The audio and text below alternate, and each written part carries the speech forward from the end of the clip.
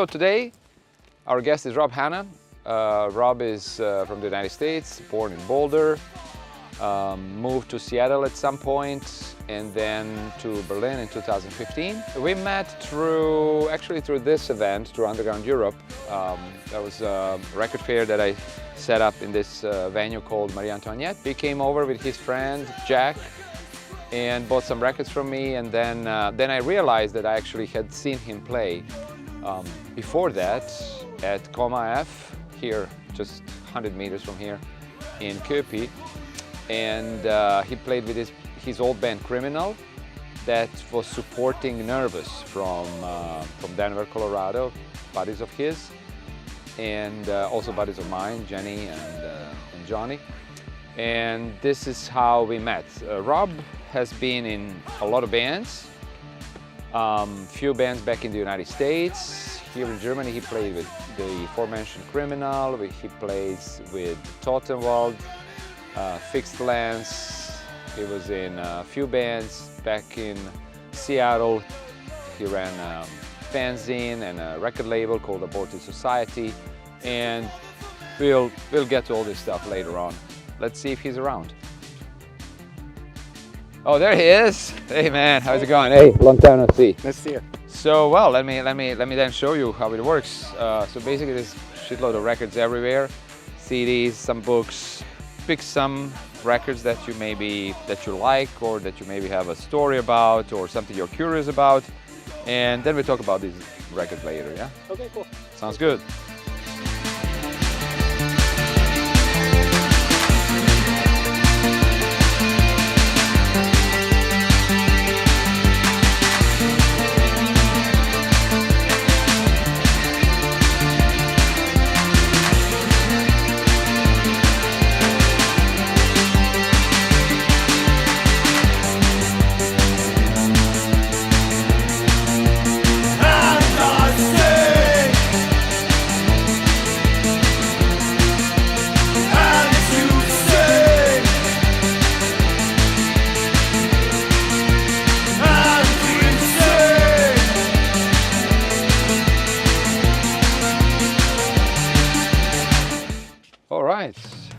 So that's what you got? All right, cool. You want to start with this one? Sure. All right. So this is Lullaby by The Cure. Mm-hmm. For me, this is like the beginning of my musical journey. Oh wow. Because prior to this, I was listening to shit like, Motley Crue and Poison, and wow. My sisters got me into bands like Billy Joel and Elton John and Sting and stuff. I mean, I was an 80s kid, Okay. And I first heard this song when I was 11 years old, and I was actually in the Boy Scouts, if you can believe it. Okay. And there's an older dude in my troop who had very good taste in music, and he put on The Cure, and I heard the song, and it totally changed my life. It was like the first cool band I ever really discovered. So I got into like post-punk and goth and industrial music at a very young age, when I was like 11, 12 years old. So this is back in Boulder. Yeah. And there is some good history about, like industrial and... Yeah, because right? There was a label called Wax Trax Records, and they started as a store in Denver. Which still exists, right? Which still exists. And they also opened up another store in Boulder, where I was growing up. Yeah. And Wax Trax eventually moved to Chicago, and they launched a very well-known industrial label at the time. But they left the stores open. Uh-huh. So what I didn't realize growing up in my, little hippie town in Colorado was that we had a porthole into all of the most eclectic underground post-punk, industrial, dark wave stuff that was coming out of Europe and Chicago. And so Wax Trax Records was sort of like a launch for that. Yeah, it's cool. I have extreme sentimental value to the song. I have a tattoo of this on my leg, actually. No way. Yeah. So wait, it was actually the song that got you. It's this specific song. Oh my god. And that was my hook. And this is off the Disintegration LP, which came out around. Was it late 80s? 1989, yeah. I want to say, 88, 89, something like that. And yeah, I was just in the right place, right time for it. Fantastic. So this is like I think it's still one of my favorite songs of all time. I did know somebody who worked in Wax Tracks in Boulder. Is it still open? Because Wax Tracks in Denver is still there, right? Wax Tracks Boulder shut down, unfortunately. They closed that location, I think, sometime in 2000. Okay. But the Denver store is still, still alive and kicking. Yeah, Every time I go back, I go through Wax Tracks. Great. Surf through the bins, and I always find cool shit. All right, let's put this on. Let's listen to it.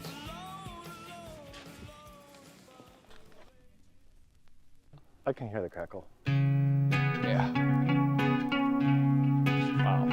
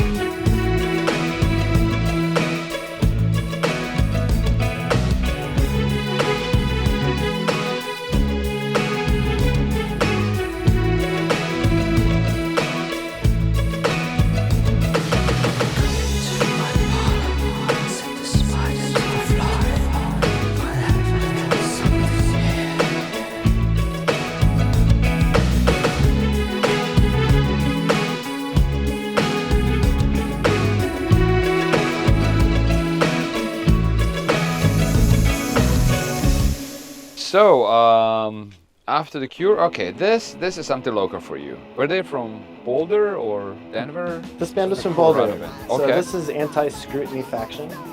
They are Boulder. This came out in 1986, maybe, something like that.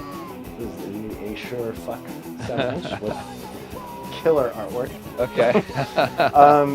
ASF is a special band because they were really one of the kind of proto bands of like the queer punk movement. Right. And you know, to be like a queer, you know, hardcore feminist band coming out of Colorado in the 80s is actually kind of a big deal. You know, Boulder was a pretty like liberal city, but everything else around Boulder at the time was very heavily conservative in the 80s. So actually for a band like this to come out at that time was a pretty big deal.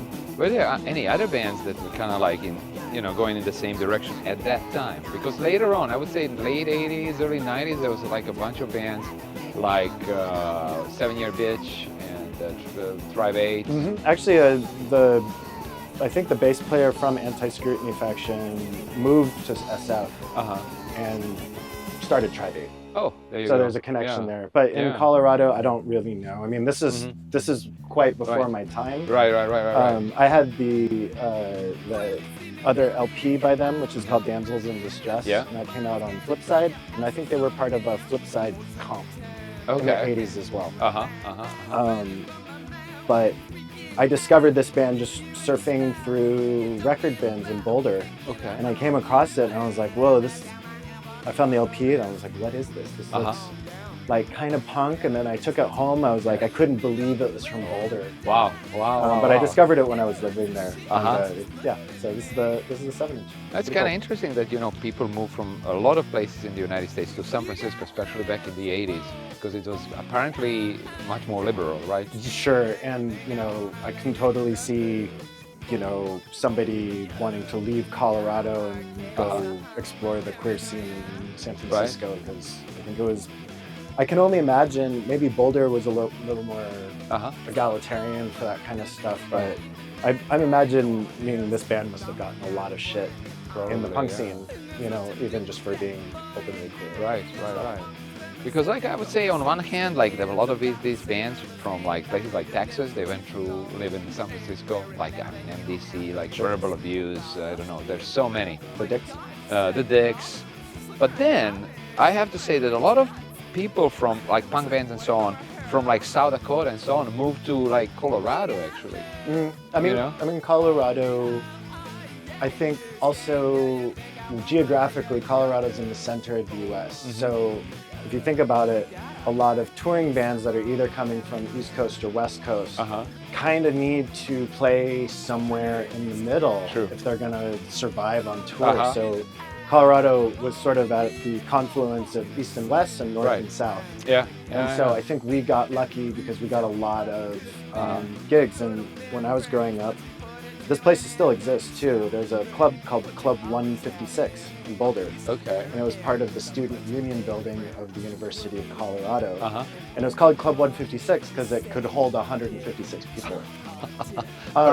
But it was crazy how many bands went through there. Like if Snapcase was touring, they played there. You know, like bands that maybe played Denver, maybe did an extra day and did Boulder too. So in the 90s, there was sort of a bit of a punk revival and a hardcore revival, I think, kind of nationwide. And so Club 156 was like one of the centers of all that. Cool. Like one place that comes to mind when we talk about places that are kind of like on the crossroads is this place, you know, Lawrence, Kansas? Yeah. And there was this place called Outhouse, which is this house in the cornfields. And then they had everybody from like Fugazi to SNFU to like, you name it, like all these bands that played there, just because that place in Kansas was kind of like on the way. Yeah. So, you know, they had this huge luck of having, you know, being there and then getting all these shows and of all the bands that were going through. So, shall we listen to maybe one of these songs? Sure. All right. I don't know. We might as well just start from side A.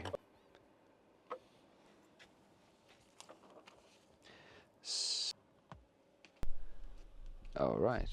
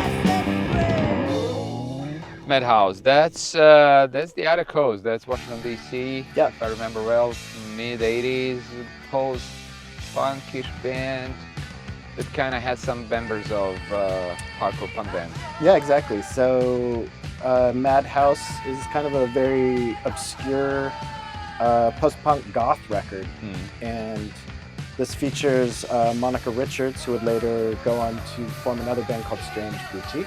Yeah. And then her most famous project is Faith in the Youth. That's like a very, in the goth world, this is a very well-known kind of important band. But this is sort of where she got her beginning. She grew up in the punk scene in DC. Right. And she started the band with Danny Ingram, who is the drummer, I believe. Oh, Youth Brigade? DC Youth Brigade. Yeah. And it's quite a departure for him as well musically. Yeah. But she and him also later went to go form on Strange Boutique as well. But this is a cool record. It's very obscure, very rare. It's cool, like punk tinged post-punk. Okay. And yeah, I'm a huge Faith in the Muse fan. I see. So this is kind of a perfect record for me because I really love DC hardcore, and I love goth music. So Yeah. this is sort of like kind of a perfect marriage Combination. of the two. Yeah. Is that the only thing they did? As far as I know, I don't think Madhouse ever put out anything else. I think it's just this record. It's like this mini LP. It's like 6 songs or something. Yeah. 7 songs. Strange Boutique put out like a few albums and a few CDs and stuff. But yeah, it's on Fountain of Youth Records. Yeah. From It was a Bethesda, local label. Yeah. it's from Bethesda, Maryland. But they, I think they helped put out some government issue records. I think the Joyride LP maybe on this marketed by Dutch East India Trading. I only heard of them through. Do you know this book, Band in DC? Yes, I haven't read it, but I know what it's you're an amazing book. I got it, I think, in 88 or something like that from this guy who was. We were talking about this guy in the first episode, or maybe in the pilot, how I actually got into fanzines. And he did this fanzine called Rebels of the Instant Dogs, and then somehow he ordered 5-6 copies of Band in DC, and he told me, hey, there's this book about DC.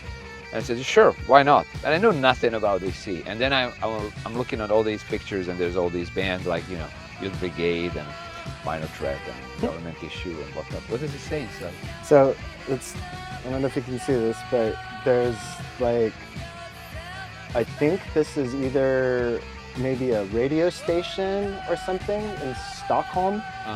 And they've tagged it October 17th, 1986. I think they're saying it's a 45 RPM, and someone named Leif Erikson. Okay, Gamla Stan's Skiffhandel. Okay, it means Gamla Stan is the center of Stockholm. Skiffhandel means Skivhandel, means record store. Oh, okay. So it's probably either bought in this record store in 1986 by this guy. It's weird somebody would write on the inside of a record like that, but that's cool. That's kind of cool. So yeah. So this comes from Sweden in one way or another. Yeah. All right, let's hear a song.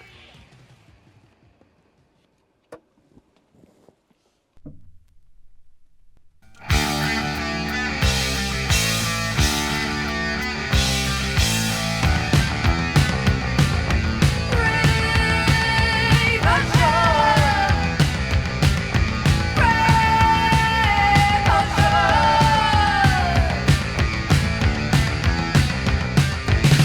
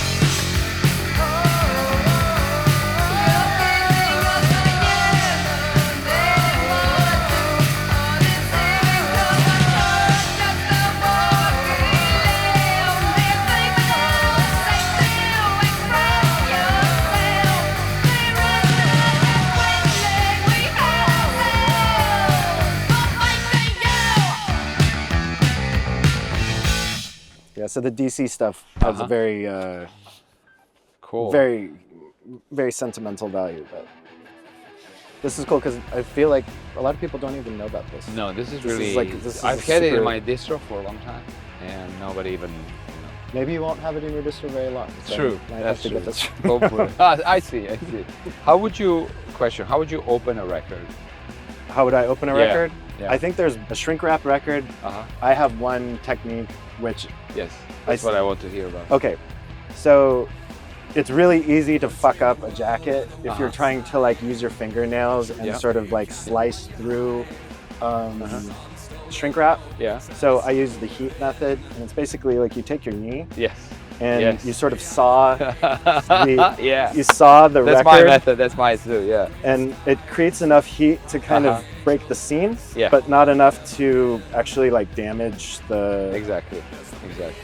That's how I was taught. Yeah, and so then you have a very delicate break, and if you didn't go hard enough, you might need to go over it a little bit, but this is like really the only way to open a sealed record, I think. Yeah, it is weird. What's your opinion on leaving shrink wrap on a record? Well, as a record publisher, I hate shrink wrap. I don't like it, and I ask all my customers if they want me to take the record out, open the shrink wrap, and leave the vinyl outside of it for the transport. What often happens, like when you have shrink wrap that doesn't really leave the record tight in the sleeve, but the record has space to move, then at any kind of like sudden move, it can cut the cover. Yeah. And it's funny to me that there's such like a market for shrink wrap records, particularly like older ones, because over time, I mean, this will constrict. Yeah. And I can't tell you how many records I've bought that were warped because of shrink wrap. So, especially the cover. Yeah.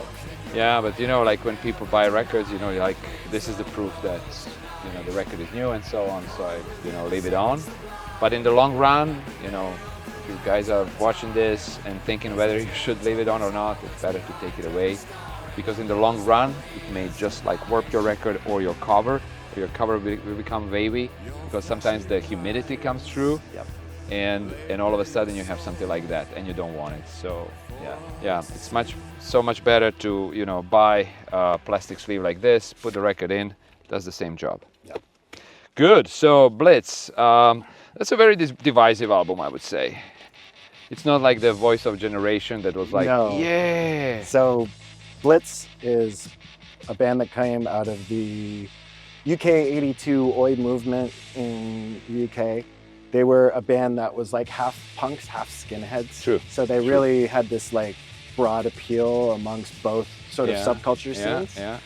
They, best of both worlds. Yeah, they put out, some of the best and hardest hitting old school punk, I think, out of any band. They're still one of my favorite bands today.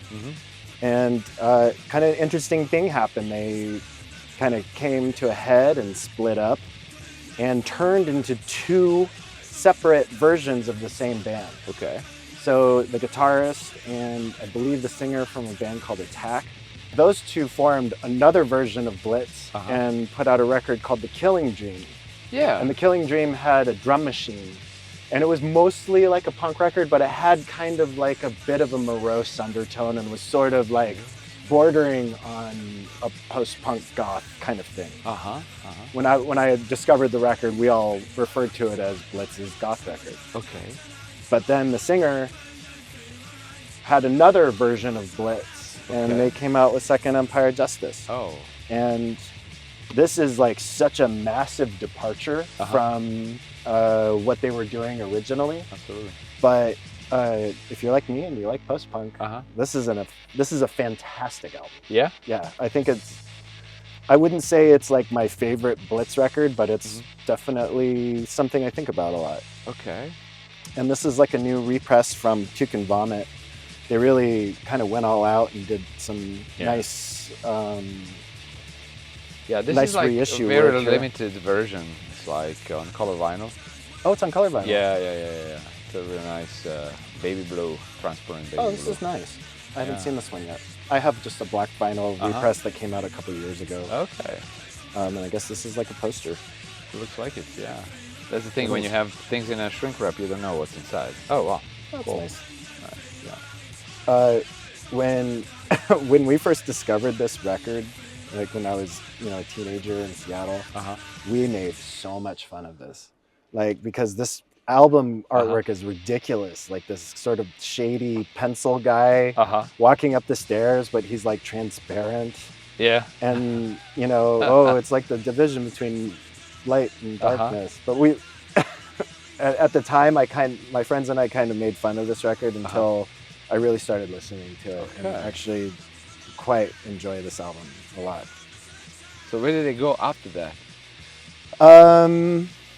Well, so you might know one of the most famous songs is New Age, right? Yeah. So New Age came out sort of right before they fell apart. And I think after this record, there was a record called Solar that came out. It's sort of like indie rock, kind of. But these guys? Yeah, this version of this version. But this one has Telecommunication on it. That's quite a nice song. Flowers and Fire is great too. And what happened to the other incarnation? They only did that one version, that Killing Dream record, and then vanished into thin air, and we never heard from them. All right, interesting. Okay. Yeah, I'm actually kind of bummed I never got to see Blitz. They reunited, and they did a West Coast tour. Oh, wow. And the singer was killed in a car accident. Oh, that's true. Yeah, he was like crossing the street and he got hit by a car. In the States? Yeah, it was in California or something like that. Oh, nice pick. I had no actually idea that there was two different bands. Yeah. I thought it was the same. I always thought it was the same too. Right. Wow. But you mean the guy who sings on this Killing Dream record is not this guy. Totally different. Okay. But is this guy the original or not? This is the original singer. Oh, this is Carl. Okay.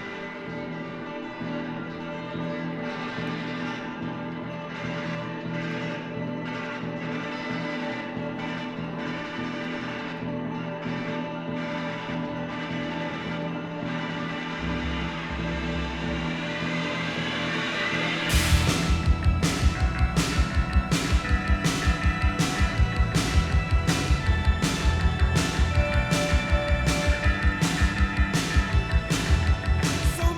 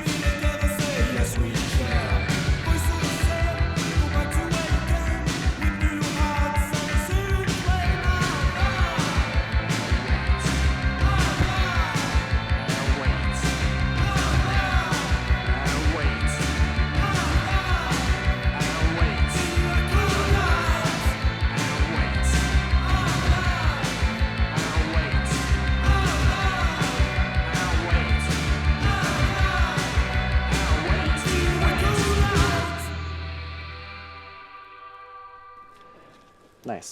Cool. Yeah, we're just saying while the record was playing that so many bands actually went in this other direction after maybe making the first punk record. And I come from Yugoslavia, so there were a lot of bands like Paraf or Pekića Patka who changed their musical expression after, 1980, 1981. I mean, also if you listen to this album, Still from the Heart. Yeah.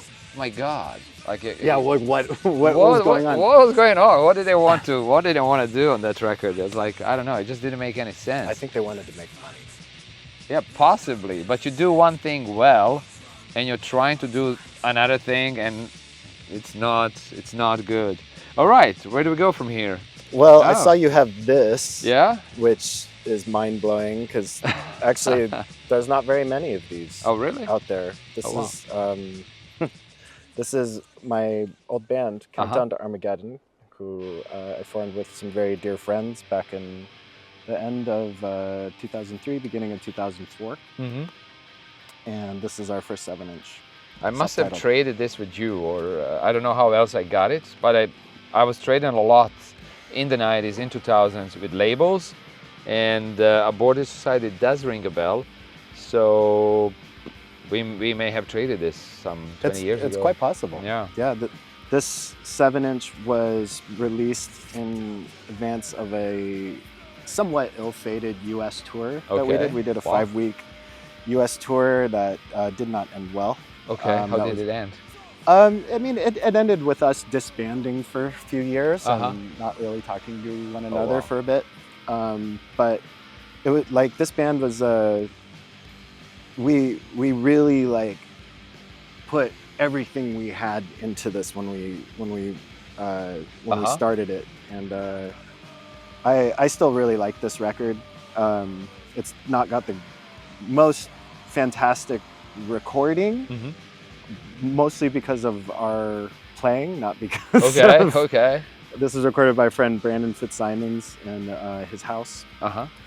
He used to play in a band called Wormwood, who are kind of like Neurosis. They're from Lawrence, Kansas, actually. Which band? Wormwood. I wouldn't know. Yeah, Wormwood. They're sort of like in this, I don't know, post-hardcore, experimental metal. Okay, that's maybe why. All right. And he's a fantastic audio engineer, and he actually recorded a lot of Countdown stuff.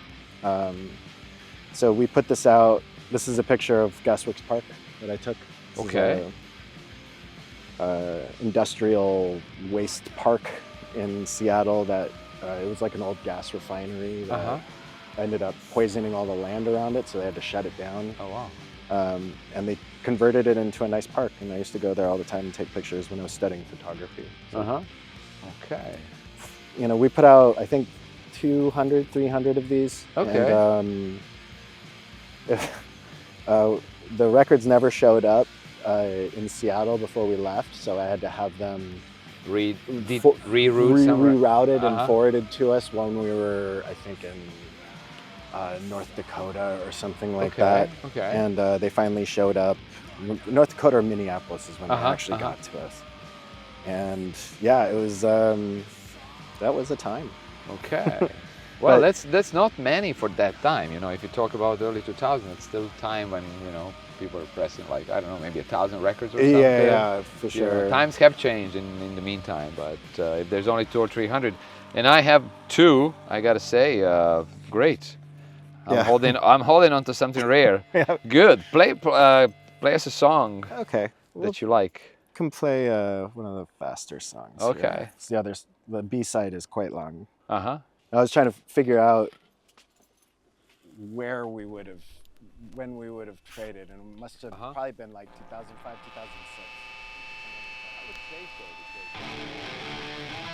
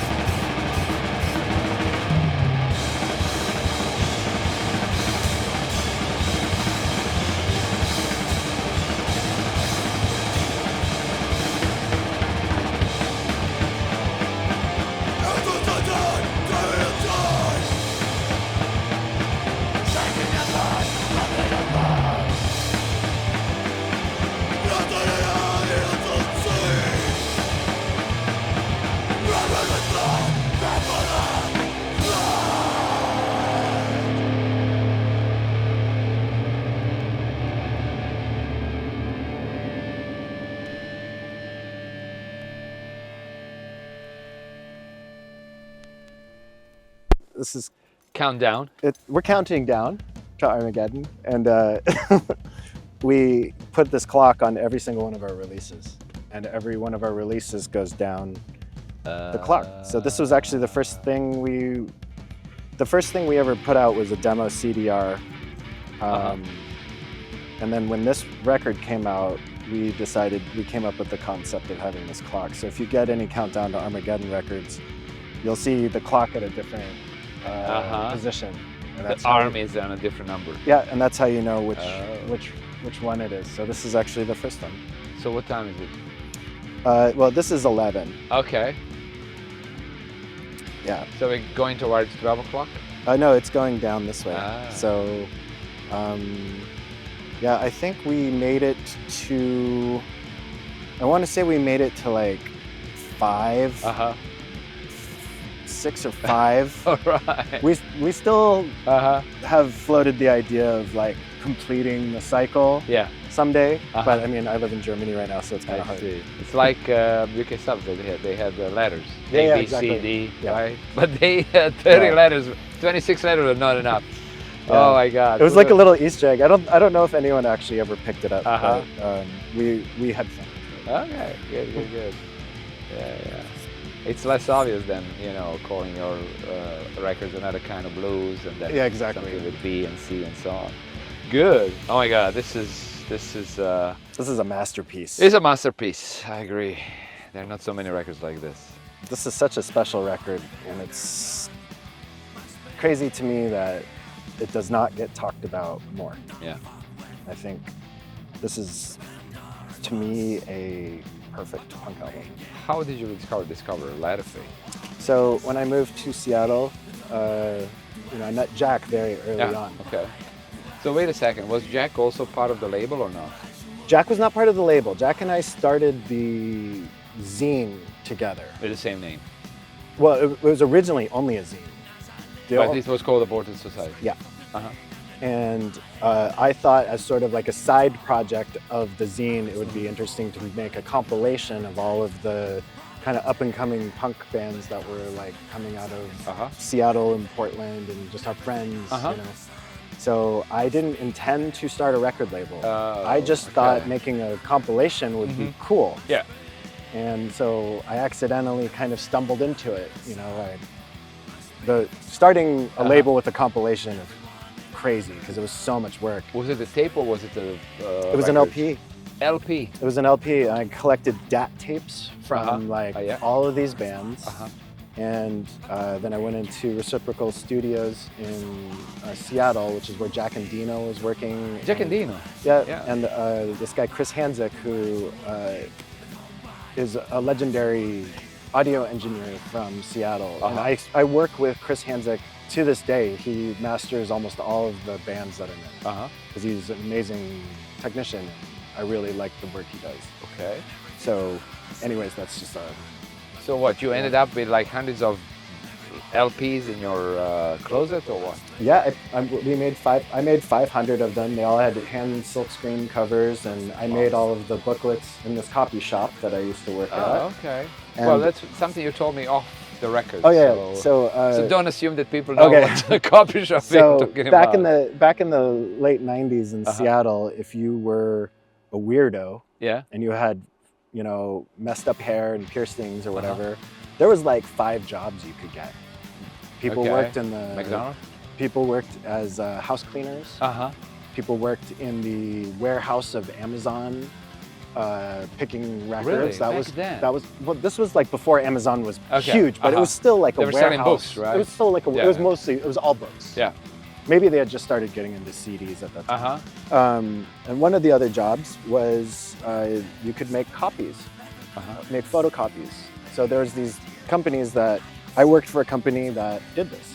So there was no public access to these copy machines. It was not Kinko's. No. This was a private company, and so I worked on the graveyard shift from midnight to 8 in the morning. And so no customers, no customers, no. They had like guys in suits that would go deliver the copies and interface and deal with the corporate clients. But when they brought it back to the shop, it was like degenerate city, and like everybody I worked with was like a punk rocker in and out of prison, people like just getting off their feet after being, you know, addicted to heroin for 12 years or something. Why were these people employing such misfits? Because the misfits were good at details, strangely enough. Was the pay shit?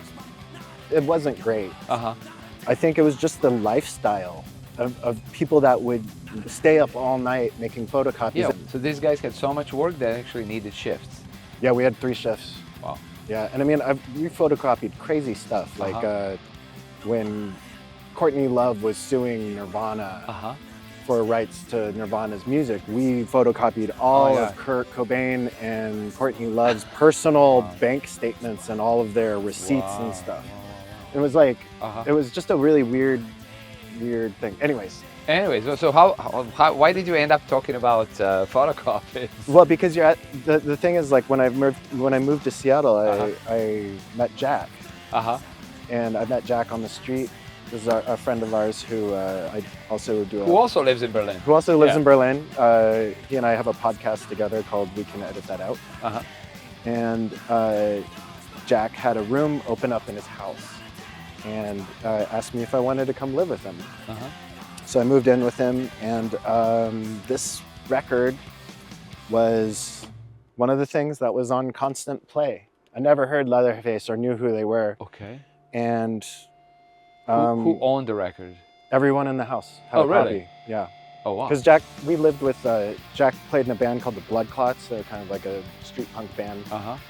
And the bassist lived there with his girlfriend as well. So like a punk band? Yeah, it was definitely a punk house. And the Blood Clots rehearsed in the basement. Okay.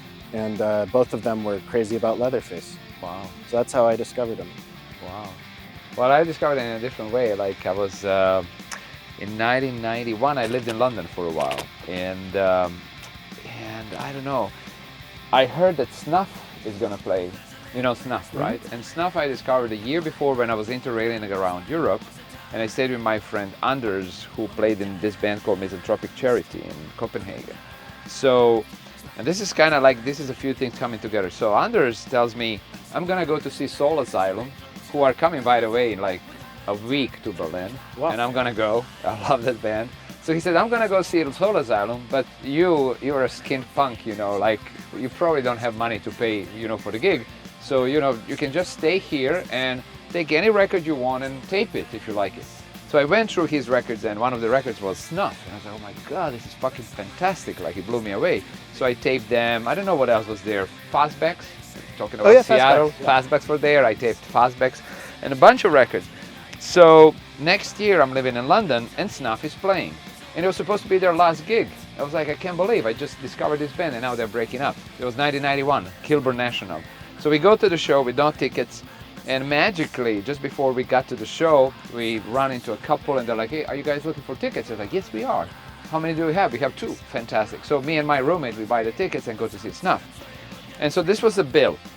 Senseless Things, Wat Tyler, Midway Still, Leatherface, and Snuff. 5 bands, of which I heard about Leatherface, I knew Wat Tyler, and I knew who Senseless Things were, because that's the band that, what's his name? Jamie Havlet did all the covers. The guy from Tank Girl, right? The guy who did Tank Girl. And so basically, I don't know, at this gig I meet, you know Babes in Toyland? Yeah. I meet Laurie Barbero, the drummer. Okay. So we meet each other, and my best friend, now this is funny, I was talking the other day in this video cast about how I met my best friend at the No Means No show. And he met her like a few weeks before, and I guess he was the only Croatian she knew at the time. And then we started talking. I said, oh, I'm a friend with this guy who you just met. He's like, oh my God, I have to write your note for him. He's such a cool guy. And me and Laurie, we are talking, and all of a sudden I hear message in a bottle. I was like, what the fuck, what is this? And there's like this gruff voice, and the message in a bottle is going like 300 kilometers an hour. And I was like, this is great, you know, and I just jumped in the pit, and I didn't come out, you know, until the end of the show. Snuff played, they had these plastic balls, and they're like shooting balls in the audience, and it was like a crazy, crazy scene. But this is how I discovered Leatherface, and a few months later, so this is 1991, I was living in London, and my mom tells me, the things are really bad in Yugoslavia. Things, there are fights, there are people being killed. Don't come back home. So here we're connecting a few things. So in November of 1991, I booked Italian-Slovenian tour for Agent 86.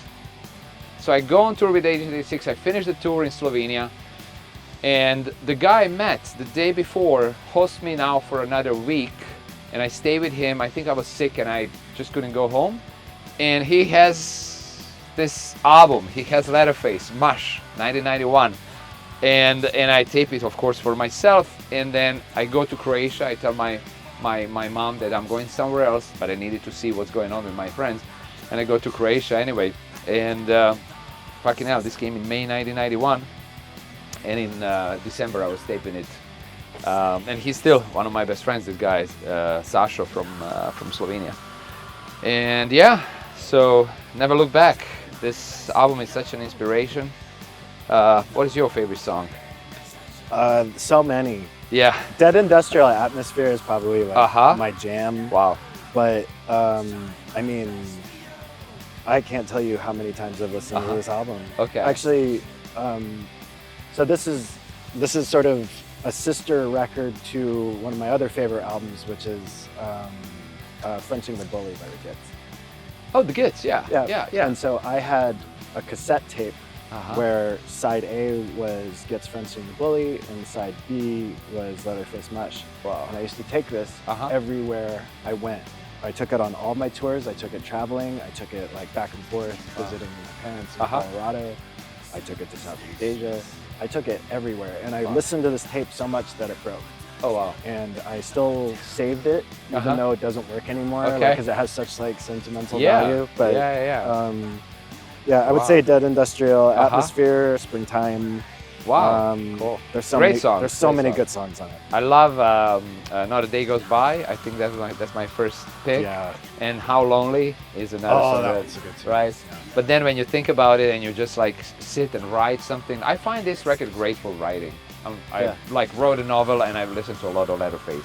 And then songs like Not Superstitious, they just fit in, or Springtime, Bowl of Flies. Really some of the most amazing lyrics too. Yeah. And like just Frankie Stubbs wrote lyrics in a way that was just so not on the nose and so not obvious. And you really had to like really look into the storylines of what he was writing to like to understand it. And Can you decipher his lyrics? I mean, I get... They're not all very obvious. They're not very... I mean, everybody knows how to bake potatoes. Everybody knows which way the wind blows. Okay. You know, like, yeah. I think he's speaking to sort of a very specific melancholy that exists in the working class in England. That's sort of like, this is how I interpret it. Yeah. You know, he's really speaking to this sort of like, this notion of wishing life was better when you're struggling kind of thing. Yeah. It's not overtly political. It definitely has a working class perspective to it. Cool. Good. Go ahead. It's cool you have the OG copy of it. Yeah. In pristine condition too. This is not an easy record to find. Yeah, it's true. It's getting pretty pricey these days. I have two versions of this. I have an official repress that came out not too long ago. But before that, there was official is always good.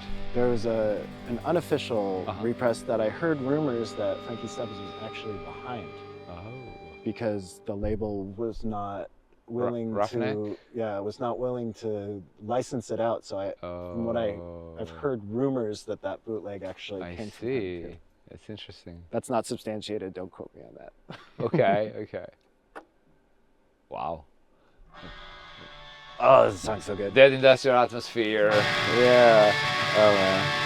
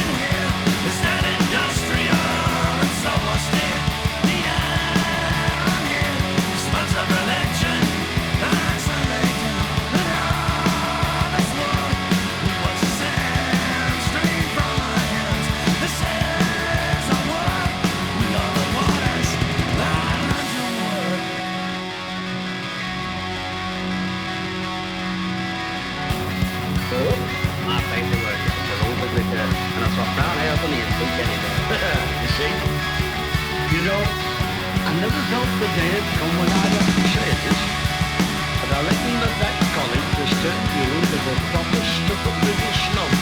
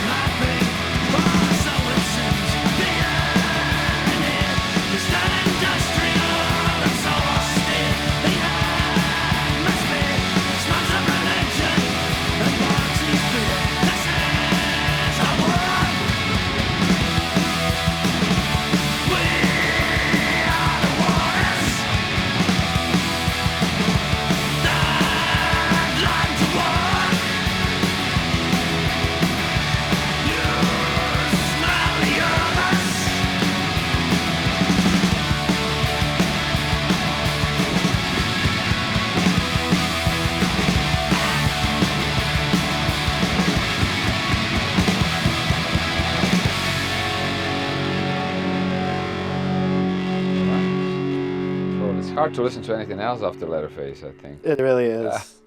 But so this is a very, very, very special record to me. This is Unwound's 1995 masterpiece, The Future of Wet. And Unwound was a band that came from Totenwald, Washington, which is like on that right near Olympia. And so the band was formed in Tumwater and then kind of shared members that lived in Olympia. So they're basically an Olympia band. Right. But Unwound was this very unique, special, kind of noisy mix of post-punk, post-rock, noise rock. They probably should have been a lot bigger than they actually were. Everybody that knew who they were in the 90s was obsessed with them, but they never really broke through because they had very voracious DIY ethics. They didn't really make music videos. They stayed on, for the most part, on Kill Rock Stars label in Olympia. Kind of big. Yeah, but I mean, relatively. They toured a lot. They toured in Europe, toured in the States. But they never really broke through. And then after they broke up, there was this big kind of, I think people kind of rediscovered, or a lot of people discovered them for the first time. Okay. This is a repress by the Numero Group, and the Numero Group put out a series of box sets for Unwound that cataloged all of their demos and their singles and stuff that was really, really hard to find. They did a really good job of re-archiving all this stuff. I have one of the box sets. Oh, wow. They also did Husker Du. Yeah. So I discovered this band because in 1995 or so, when they were touring on this album, we went to go see a band called Pegboy. Pegboy was people from Naked Reagan, Chicago. And the singer was in Bhopal Stiffs. Yeah, Bhopal Stiffs. Great band too. Yeah. We were all obsessed with Pegboy. Particularly, like Pegboy was huge in like the skating and snowboarding communities. They had these songs that were just all over skate and snowboard videos. So the Pegboy show was a big deal, and they came to Boulder. Wow. I was like 16 years old, and Johnny Mather's old band Crestfallen actually played the show as well. They were the local opening support. Wow. And then this band nobody ever heard of called Unwound played second. Wow. And that show completely changed my life. And this was like right when I was starting to like learn how to play guitar. And I was trying to develop like a style of like how I wanted to be a guitarist. And when I saw this band, it was like I don't know. Everything made sense all of a sudden. They have a very signature. Is it okay if I open this? Yeah, sure. sure, go ahead. They have a very signature discordant guitar style. Uh-huh. They play a lot of kind of strange, unexpected chord progressions, dissonant chords. Uh-huh. They did a lot of stuff with live tape loops on stage. So did they overshadow Pegboy that night? For me, they did. I mean, Yeah. Pegboy was amazing, and I was there to see Pegboy. Uh-huh. But I only had $10 to get merchandise Okay. at that show, or $15 or something, and I ended Uh-huh. up buying the unwound CD of The Future of What I see. instead. I'm having trouble getting this. Yeah.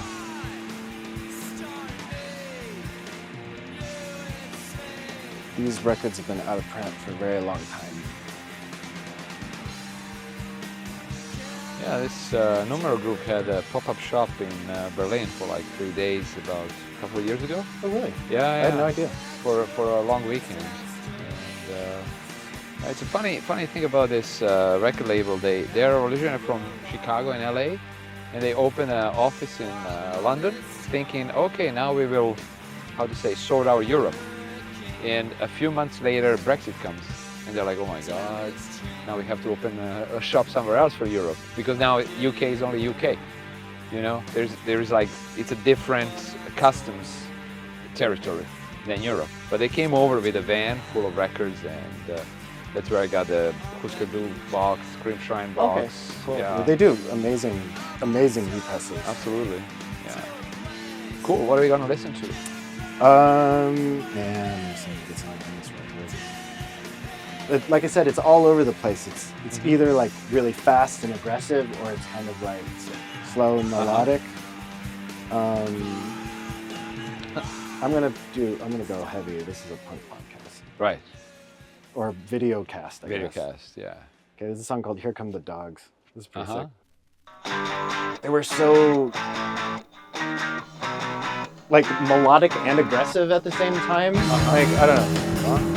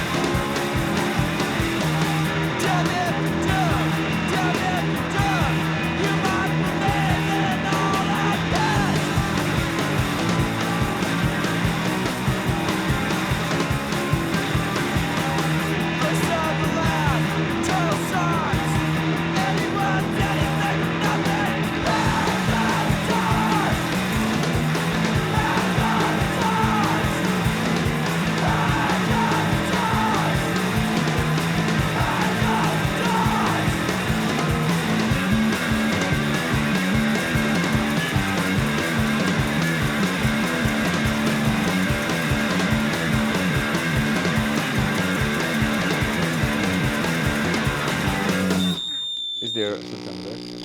Oh yeah. There's That's lyrics. lyrics. But yeah, they had this sort of like take on Bauhaus design influence. It was a very conceptual band. Uh-huh. All of their records are very good.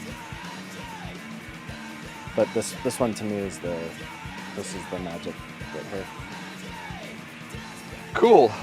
Right. I mean, love hearing about a band that I really know nothing about, you know. Heard this name so many times in the 90s, and but you know, back in the day, you always base your opinions on reviews, and when a reviewer says things like noisy, you know, discordant or stuff like that, I was like, okay, that's probably not my jam. Sure. So, you know, I kind of never gave them a chance. Yeah, the very first Unwound stuff is like closer to hardcore. Yeah? Yeah, it's really fast, but has these really soaring, awesome guitar melodies. So if you wanted to start somewhere with Unwound, I'd recommend the self-titled record. Is that an LP or? It's an LP. Yeah. Okay. Cool. Yeah, that one. I mean, if you're into, you know, things like very early Jawbreaker or stuff like that, you know, bands that you really did have that kind of melodic vibe to it, but we're playing very fast. Oh wow. Okay. That's a great way to start. They got super artsy as they went on. So like, they did that get reissued? Yeah, everything got reissued. Okay. Yeah. Cool. I'll check it out. Good. I see you have something local for Colorado. Yeah, this is Junk Drawer. You don't see this very often. Right. This is on Free Will Records, which was Paul Kane. Paul Kane from Double Entendre Double Records. Entendre, yeah. There's a funny story about Paul. You know, I was I kind of remember things in a haze, but I believe that I got in touch with him through Maximum Rock and Roll. He probably put an ad or something that he was releasing records, and I had the record label, so we were exchanging stuff. And I write to this guy Steven, and he writes back, and then I send another letter about trading, and he writes back, and all of a sudden I got a letter from Paul, a completely different last name. And he's like, oh, just so you know, I changed my name. I'm not called Steven this, but I'm called Paul Kane because I think it was his dad. He disowned him. Like, I don't want to say something that is not true, but I think it was, I don't know. He said I'm gay, and the father said I want to talk to you, and he got really disappointed. Moved to like Denver. I think he's from Virginia, if I'm not mistaken, and completely changed his name. So it's like, oh, just so you know, like I'm Paul now. I was like, oh, fine with me. And we exchanged these records, and he put out. Besides this band that you probably know, Christie Front Drive, right? Yeah, of course. Besides Christie Front Drive, he put all these small bands, you know, that only did 1 7-inch and nothing else.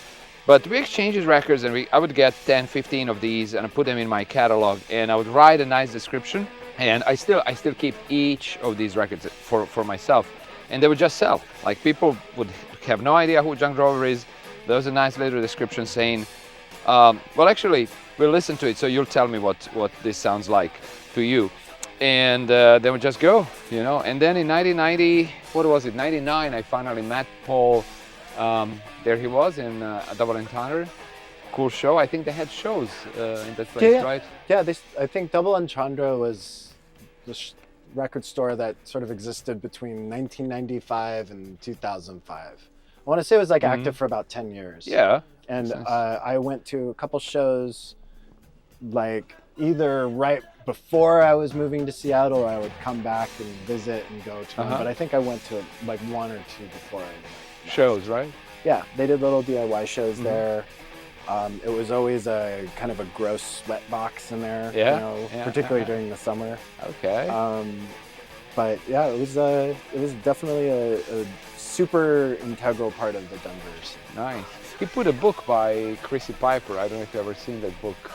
She's a photographer from, I believe she was from LA, and he put a book out of her photography of like bands from 91 till maybe early 2000 or late 90s. Cool. Yeah. And funnily enough, like this guy here, Brian, he played in this California band called Amber Inn. Have you ever heard of them later on? Yeah. So funny thing is, like, this is like 2008. I did this West Coast trip from Seattle to Los Angeles on a bicycle, and this is where I go through Olympia. Actually, I was there. I stayed with somebody. It was such a great scene. There was this guy from Jawbreaker who actually moved to Olympia, and he had a new band called Shorebirds. And basically, I'm biking down, and now I have no idea if you know this place. It's called Lone Poke. Ever heard of it?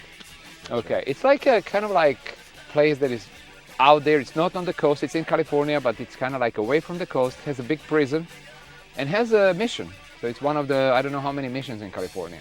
And so I'm staying with a couch surfer, some lady a little bit younger than me. And so basically I'm staying with her, and we're having dinner, and we're talking music. And she says, oh, my ex-boyfriend was in a band. I was like, what was his band's name? It's like, I don't know, I can't remember, but there was this label out of Goleta. I was like, Goleta? Is it maybe called Abolition? She's like, yeah, it's called Abolition. And so we visited this guy, and like, was his name Kent? He's like, yeah, Kent McLeod. I was like, oh my God, I can't believe. So what was the name of the band? And then she says, oh, it was Amber Inn.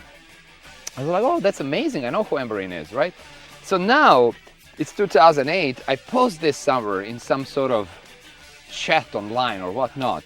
And this guy, the boyfriend, he reads it and he replies to it in the chat. He says, half of this is not true. She was not my girlfriend, or something like that. He got pissed off, right? So anyway, years go by, and I don't know how we hooked up.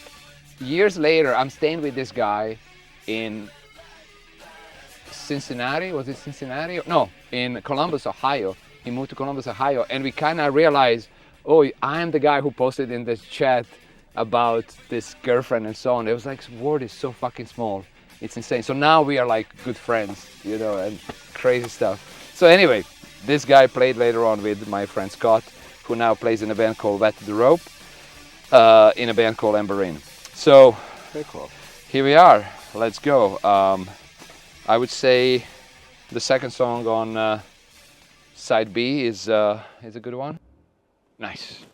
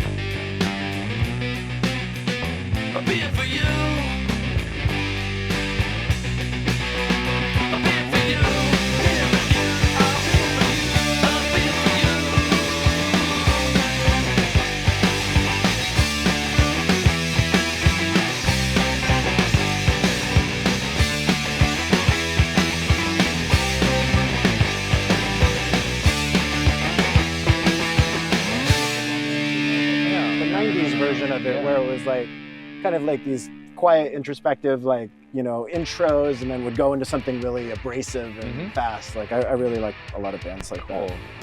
Was the Reviver from Olympia? You know that Yes. band? Reviver? Yeah. Revival was an Olympia band. Yeah. It's kind of like, this is maybe what came before them, and that kind of folky, sloppy, you know, I don't care about production kind of punk. Yeah. You know. Cool. So that was John Drover. Little Blast from the Past. Very cool. Yeah. Robert, thank you so much for gracing us with your presence here. It was great listening to these stories, and you know, it definitely changes perspective on certain records that I'm gonna listen to, you know, with a different eye. Yeah. Thank you very much for having me. Cool. This was like super fun.